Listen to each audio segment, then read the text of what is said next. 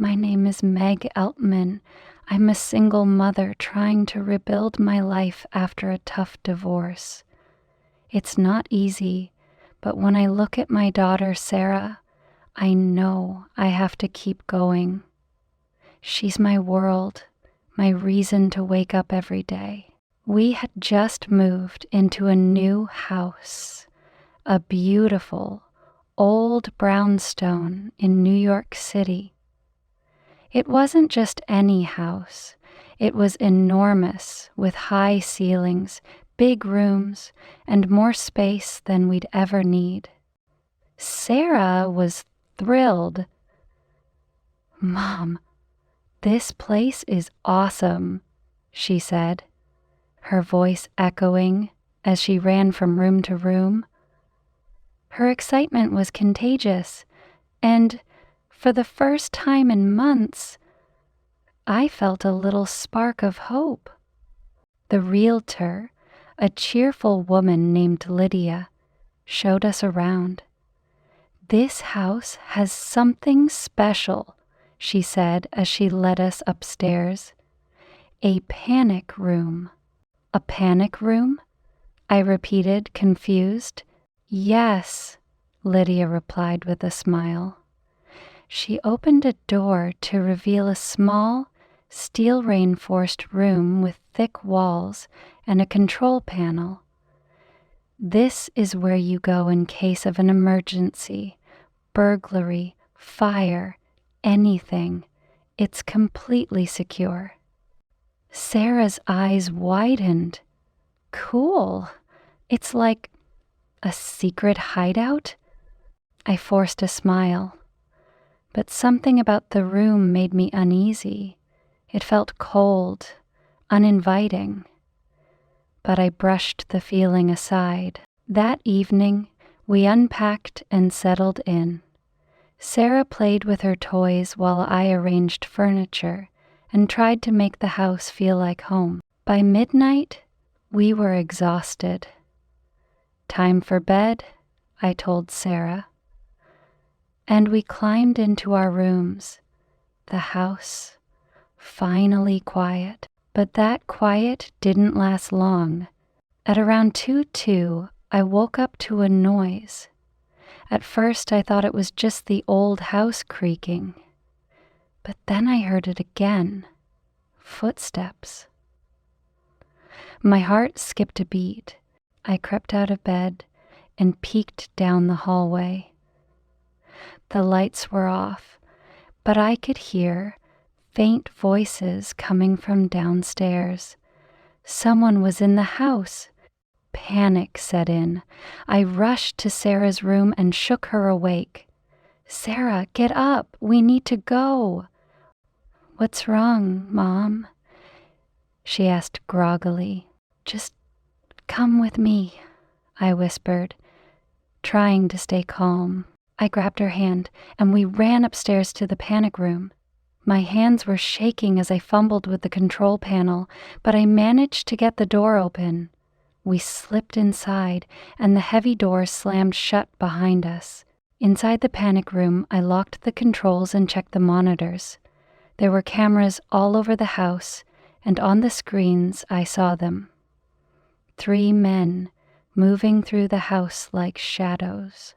"Mom, who are they?" Sarah asked, her voice trembling. "I don't know," I said, trying to keep my voice steady. "But we're safe in here." The men were searching the rooms, their flashlights cutting through the darkness. One of them, a tall man with a shaved head, seemed to be in charge. He barked orders to the others, his voice low but commanding. "They're looking for something," I muttered to myself.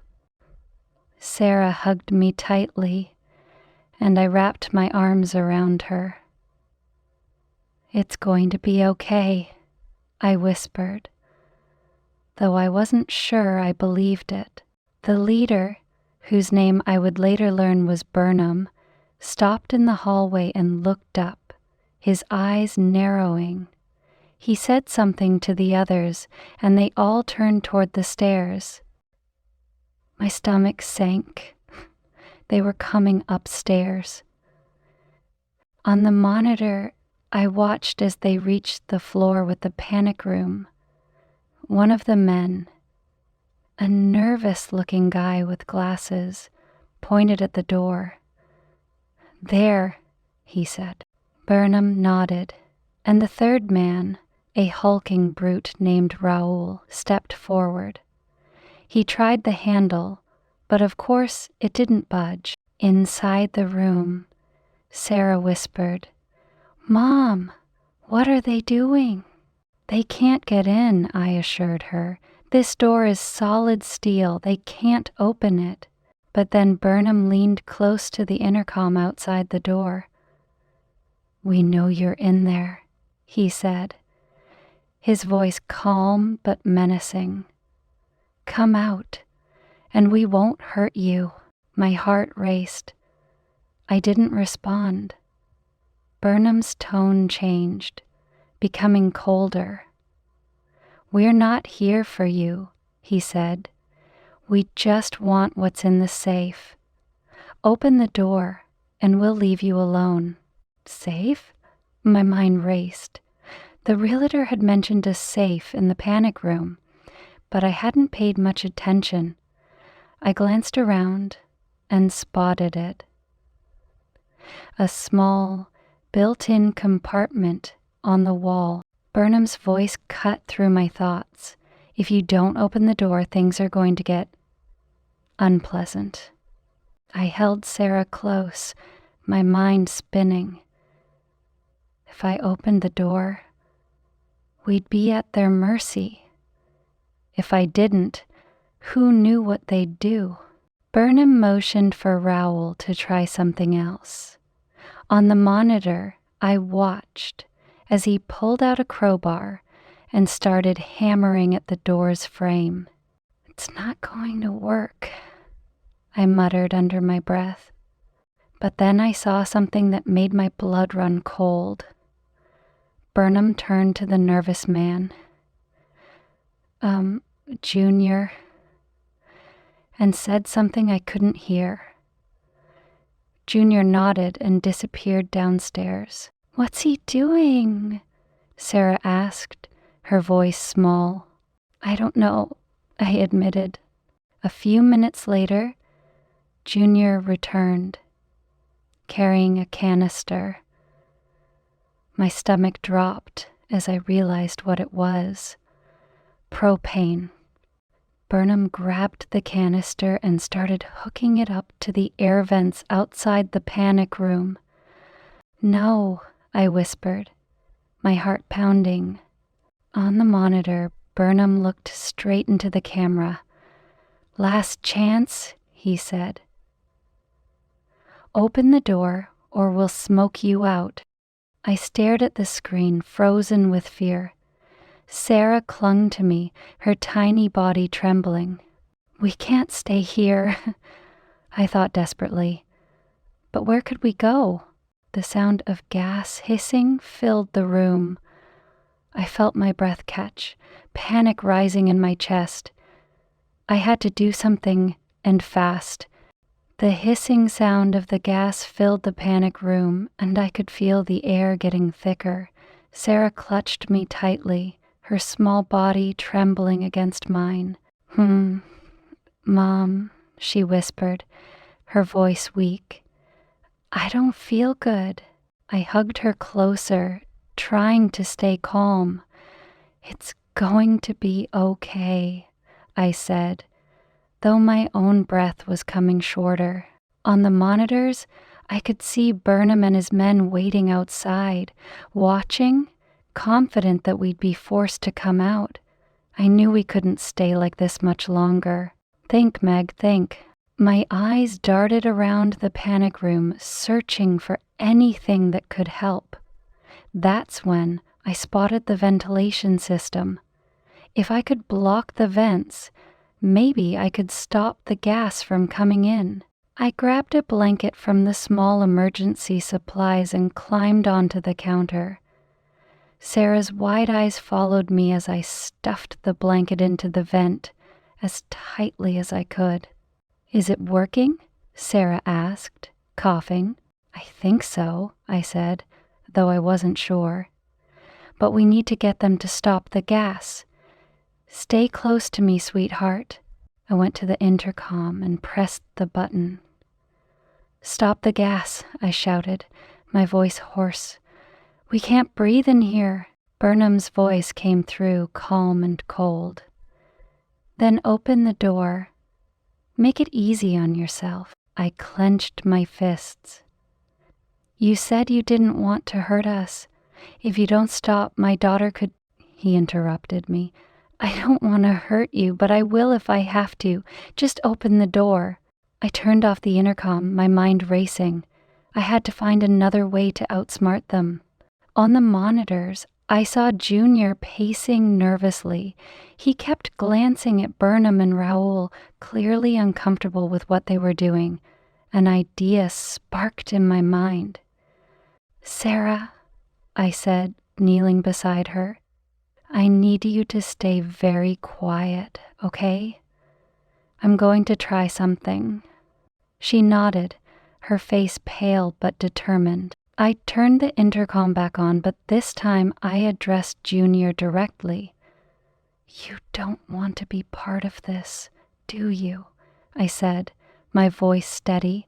I can see it on your face. You're scared. On the screen, Junior froze. Burnham glared at him, but Junior didn't say anything. You don't have to do this, I continued. If you leave now, you can walk away from all of it. Don't let them drag you down with them. Burnham grabbed the intercom and snarled, Stop trying to turn him against us. It won't work. But I saw it in Junior's eyes. Doubt. That doubt bought me time. But it wasn't enough. The gas was still hissing, and I could feel it seeping in around the edges of the blanket. Suddenly, an idea hit me. The panic room had a phone line, a direct connection to the outside world. I had overlooked it in my panic, but now it felt like my only chance. I grabbed the receiver and dialed 911. 911, what's your emergency? A calm voice answered. I'm trapped in my house with my daughter, I said quickly, trying to keep my voice low. There are men inside, and they're trying to hurt us. We're in the panic room. Can you give me your address? The operator asked. I provided the address, glancing nervously at the monitors. Burnham hadn't noticed me using the phone yet. Stay on the line, the operator said. Officers are on their way. I hung up, relief washing over me. Help was coming, but just as I started to relax, I saw something on the monitor that made my stomach drop. Raoul had found a sledgehammer. He swung it at the doorframe with brutal force, each hit shaking the panic room. They can't break through, I whispered, trying to convince myself as much as Sarah. It's solid steel. But I wasn't sure how long the frame would hold. Then, on another screen, I saw something that gave me a sliver of hope. Flashing red and blue lights outside the house. The police had arrived. Mom, look, Sarah said, pointing to the screen. Burnham and his men noticed the lights too. Panic spread across their faces as they realized their time was running out. Junior, get downstairs, Burnham barked. Stall them. Junior hesitated but obeyed, running to the front door to intercept the police. Burnham turned to Raoul. Keep going. We're getting that safe open. I grabbed the intercom.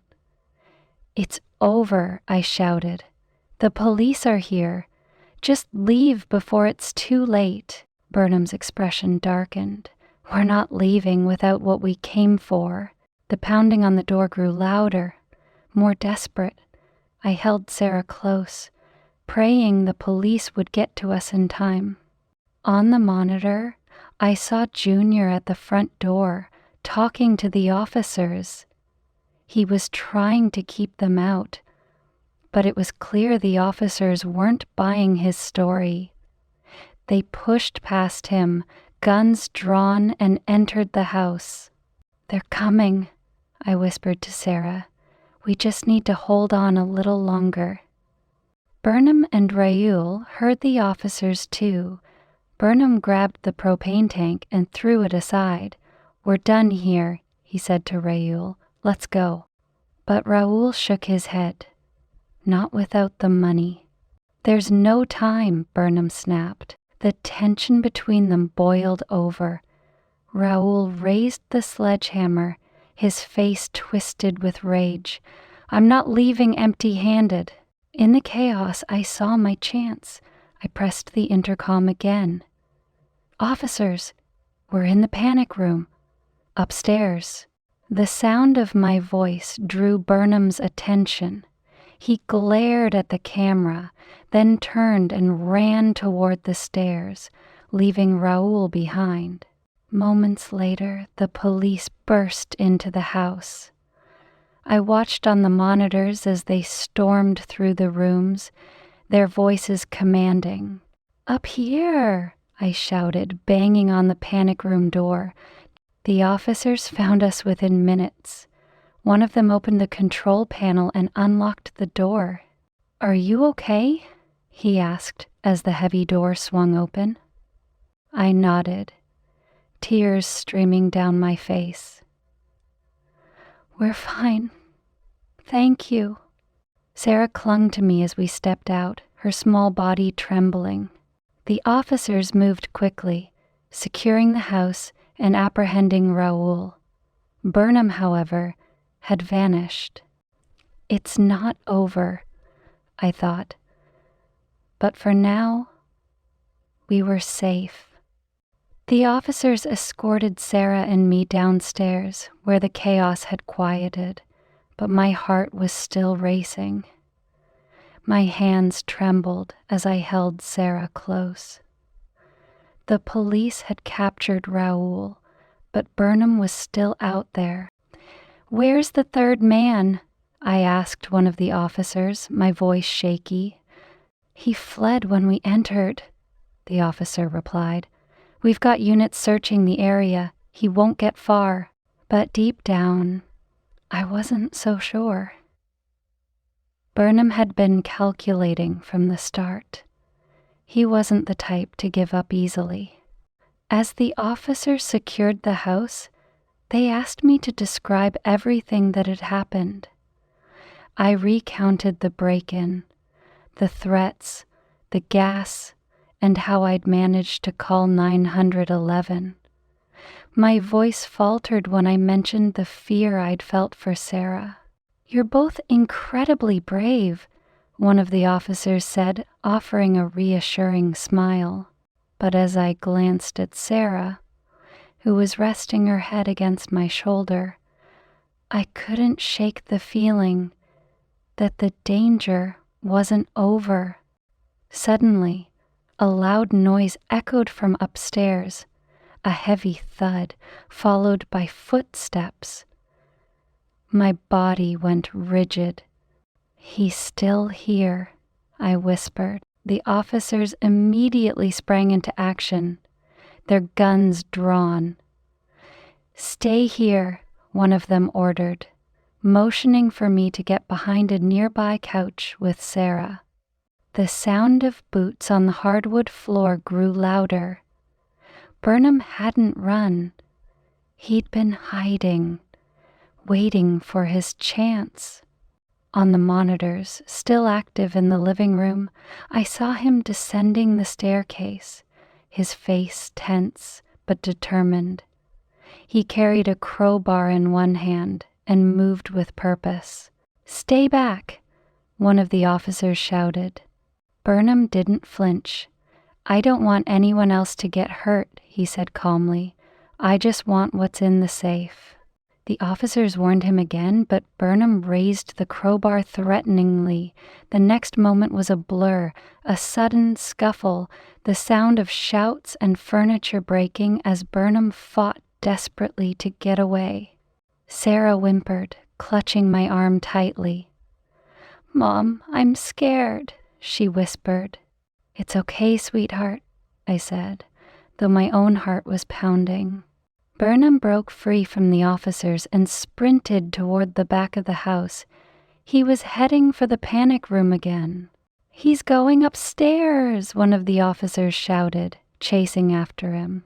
The house erupted into chaos once more. I held Sarah tightly, trying to keep her calm, but my own fear was suffocating. On the monitor, I watched Burnham reach the panic room. He slammed the door shut behind him, locking himself inside. "He's trapped himself," one officer said, shaking his head. "The safe is in there, but he won't be able to get out." But I wasn't convinced. Burnham had been one step ahead this entire time. "It has a plan," I said quietly. The officers looked at me, puzzled. "There's a second way out of the panic room," I explained, "an escape hatch that leads to the basement. The realtor mentioned it during the tour." Their eyes widened and they quickly relayed the information to their team. "Move to the basement," an officer ordered through his radio. I stayed with Sarah, my eyes glued to the monitors. Burnham was using tools from the room's emergency supplies to pry open the safe. His movements were frantic, but there was a focus in his eyes that chilled me. Minutes passed like hours. Then, on the screen, I saw him pause. He had opened the safe. "What's in there?" Sarah asked softly, her eyes wide. "I don't know," I admitted, "but it must be important if he's willing to risk all this for it." Burnham pulled out a bundle of documents in a small box. He shoved them into a bag and turned toward the escape hatch. The officers were already in position in the basement, waiting for him to emerge. "He's cornered," I whispered. And then it happened. Burnham opened the hatch, only to be met with flashlights and guns pointed directly at him. "Drop the bag," an officer commanded. Burnham hesitated, his expression unreadable. For a moment, I thought he might surrender, but then he lunged. The officers acted quickly, subduing him before he could get far. The bag fell to the ground, its contents spilling out. Cash, jewels, and what looked like deeds to properties. Burnham was finally in handcuffs, his face a mix of anger and defeat. "It's over," one officer said, picking up the bag. I sank back against the couch, holding Sarah close. The nightmare was finally over. In the days that followed, life slowly returned to normal. The house was repaired, though I couldn't bring myself to stay there. Sarah and I moved to a smaller, simpler place, one where we felt safe. The police told me that the documents Burnham had been after were connected to a massive inheritance dispute. The previous owner of the house had hidden them in the safe, but Burnham and his crew had found out. It was never about us, it was about greed. But for Sarah and me, it had been personal. As I tucked her into bed one night, she looked up at me with her big, trusting eyes. "Mom, are we safe now?" I smiled, brushing her hair back. "Yes, sweetheart, we're safe now, and we're stronger because of it." She hugged me tightly, and in that moment, I knew we would be okay. Life might never be the same, but we had each other, and that was enough. If you enjoyed this story, please like, subscribe, and share. See you in the next video.